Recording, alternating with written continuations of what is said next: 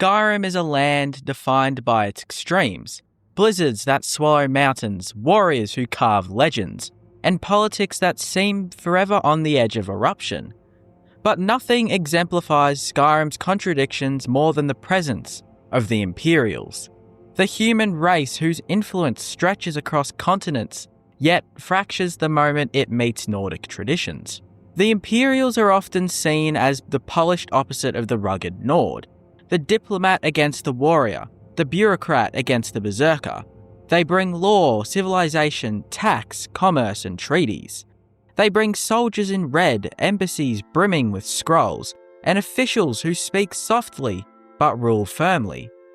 And yet, for all their supposed order, they bring confusion, deep political and moral. Because when the player arrives in Skyrim, the Imperials are not triumphant rulers.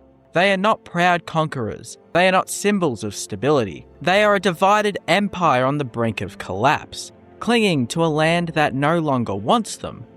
To understand Skyrim, you must first understand the Imperials, not their myths, not their propaganda, but their strange, tense existence within a province that has stopped listening. By the time the Dragonborn enters Skyrim, the Empire is a corpse still pretending to breathe. The glory of the Septim dynasty is gone, the dragonfires are extinguished, the Oblivion Crisis left the Empire scarred, weakened and desperate. Hammerfell is fractured, the Thalmor have their claws in their throat. Yet still, the Empire marches on. Imperials cling to a kind of ceremonial strength. Their legions still patrol, their banners still fly, and their commanders still speak with confidence. But beneath every order lies panic, because they know something the Nords refuse to admit. Without Skyrim, the Empire dies. This is why the Imperials fight so furiously for a province that hates them. Skyrim is the last true pillar holding up their collapsing world. If Skyrim falls to rebellion, every other territory will follow. The Empire is not expanding, it is surviving. The core of Imperial identity has always been order, law, administration, disciplined armies, and a culture built around cohesion rather than personal glory. They value diplomacy over war, negotiation over bloodshed, and structure over chaos. In Cyrodiil, this works. But in Skyrim, Imperial order feels like a cage built around people who worship freedom. To a Nord, an Imperial general is not a protector. He's an outsider telling them how to live. An Imperial tax collector is not a civil servant. He's a parasite draining their land. An Imperial treaty is not a compromise. It's a betrayal. Imperial culture, so successful in the Heartland, fractures the moment it lands in Windhelm or Whiterun. Their very identity is incompatible with Nordic independence. This is the first flaw in this presence. They cannot rule Skyrim without changing Skyrim, and they cannot change Skyrim without provoking it. General Tullius is the embodiment of Imperial dilemma. He is not cruel, not incompetent, and not corrupt. He is, in fact, one of the few genuinely good leaders in the game, disciplined, intelligent, and dedicated to stability. And yet, Skyrim despises him. Why? Because he represents a foreign system that was never designed for the Nord way of life. Tullius speaks like a man handling a problem, not people. He sees Ulfric not as a hero or a tyrant, but as a disruptive variable. He doesn't hate Nords, he simply doesn't understand them. Their culture is noise, their traditions distractions, their religion irrelevant. To Tullius, the war is not emotional, it is strategic. And to Skyrim, that makes him the enemy. The tragedy is that Tullius fights for unity while creating deeper division. He wants peace but fuels rebellion. He wants to strengthen Skyrim but becomes the symbol of Skyrim's weakness. He is the Imperial paradox made flesh. Nothing has shaped Skyrim's hatred for the Empire more than the White Gold Concordat, the treaty signed after the Great War between the Empire and the Aldmeri Dominion. To Imperials, the treaty was necessary. To Nords, it was treason. The banning of Talos worship, Skyrim's most sacred religious tradition, cut deep into the soul of the province. It shocked the Nords, humiliated them, and planted the seeds for civil war. The fault lines were clear. The Empire believed temporary sacrifice would ensure long-term survival. The Nords believed sacrifice of faith was death of identity. The Imperials saw strategy, the Nords saw submission, and the Thalmor saw opportunity. The Concordat didn't just weaken the Empire, it split it from within.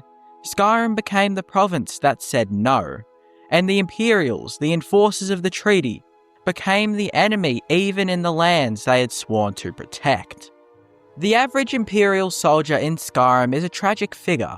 He serves a nation that is not fully his. He defends people who do not want his help. He enforces laws he does not believe in. He fights a war he does not understand. Many of them joined the Legion for honor only to arrive in Skyrim and become the villains in someone else's story. They are tasked with keeping peace, but are treated as invaders. They stand against Ulfric's rebellion not because they hate Nords, but because they believe that if the Empire collapses, every province will fall to the Dominion. This is the tragedy of the Legionnaires. They might be fighting for the future of Tamriel, but Skyrim sees only the chains of Cyrodiil. Perhaps the most damning element of Imperial confusion is their unspoken relationship with the Thalmor. The Aldmeri Dominion claims not to control the Empire, but their actions, agents, and audacity say otherwise. Their embassy sits proudly in Skyrim, their Justicars roam freely, and their henchmen arrest, kill, and interrogate with impunity. They openly exploit the civil war, stating in their own documents that a weakened empire benefits the Dominion, a victorious empire also benefits the Dominion, and a victorious Stormcloak rebellion also benefits the Dominion. Every outcome favours them, and the Imperials who rely on treaty cannot openly oppose them. Thus, the Empire appears to Skyrim not as sovereign power, but as a dog strangled by its own leash. This is the greatest confusion at the heart of Imperial identity. How can a nation claim to rule Skyrim when it cannot even protect its own people from its allies? But the confusion goes both ways. While the Imperials misunderstand Nord culture, many Nords misunderstand the Empire.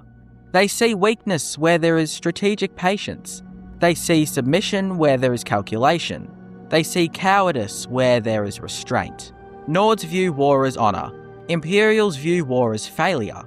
Nords want a glorious death. Imperials want a functioning future. Nords value freedom above stability. Imperials value stability above freedom. Neither is wrong. Both are incompatible. This culture divide is the true cause of the war. Not the Concordat, not Ulfric, not the Empire, but two world views that cannot coexist. To most Stormcloak supporters, the Empire fights to maintain control. But this is not the truth. The Empire fights for Skyrim because it has no choice. If Skyrim leaves the Empire, Hammerfell falls next. If Hammerfell falls, the Dominion surrounds Cyrodiil. If Cyrodiil falls, the rest of Tamriel is already lost. From the Imperial perspective, losing Skyrim means losing the world. They fight not to dominate the province, but to ensure that the human races survive the next Aldmeri war. The Nords see control and the Imperials see survival. This is why the war is so tragic. Both sides believe they are saving the world. The outcome of the civil war is not just political, it is existential. If the Empire wins, Skyrim remains united but resentful. If the Stormcloaks win, Skyrim becomes free but vulnerable. In either case, the Empire remains fractured, uncertain, and confused. The Imperials are people caught between worlds, between gods and treaties, between tradition and survival, and between order and collapse. Their future depends not on the Legion, not on the Jarls, but on the Dragonborn, whose choice determines whether the Empire survives long enough to face the Dominion once more. And that is what makes their case so curious. They are the most influential race in Tamriel, yet at their weakest point in history. The Imperials are not evil, nor glorious, nor foolish. They are just desperate. They are a nation trying to hold together a crumbling world with diplomacy, treaties, and sheer stubborn endurance. They are the remnants of an empire that once shaped history, now struggling to stay relevant in the age of dragons and rebellion. The curious case of the Imperials is this: they are the rulers of Tamriel who no longer rule anything at all. And yet they fight on, because if they fall, the world falls with them.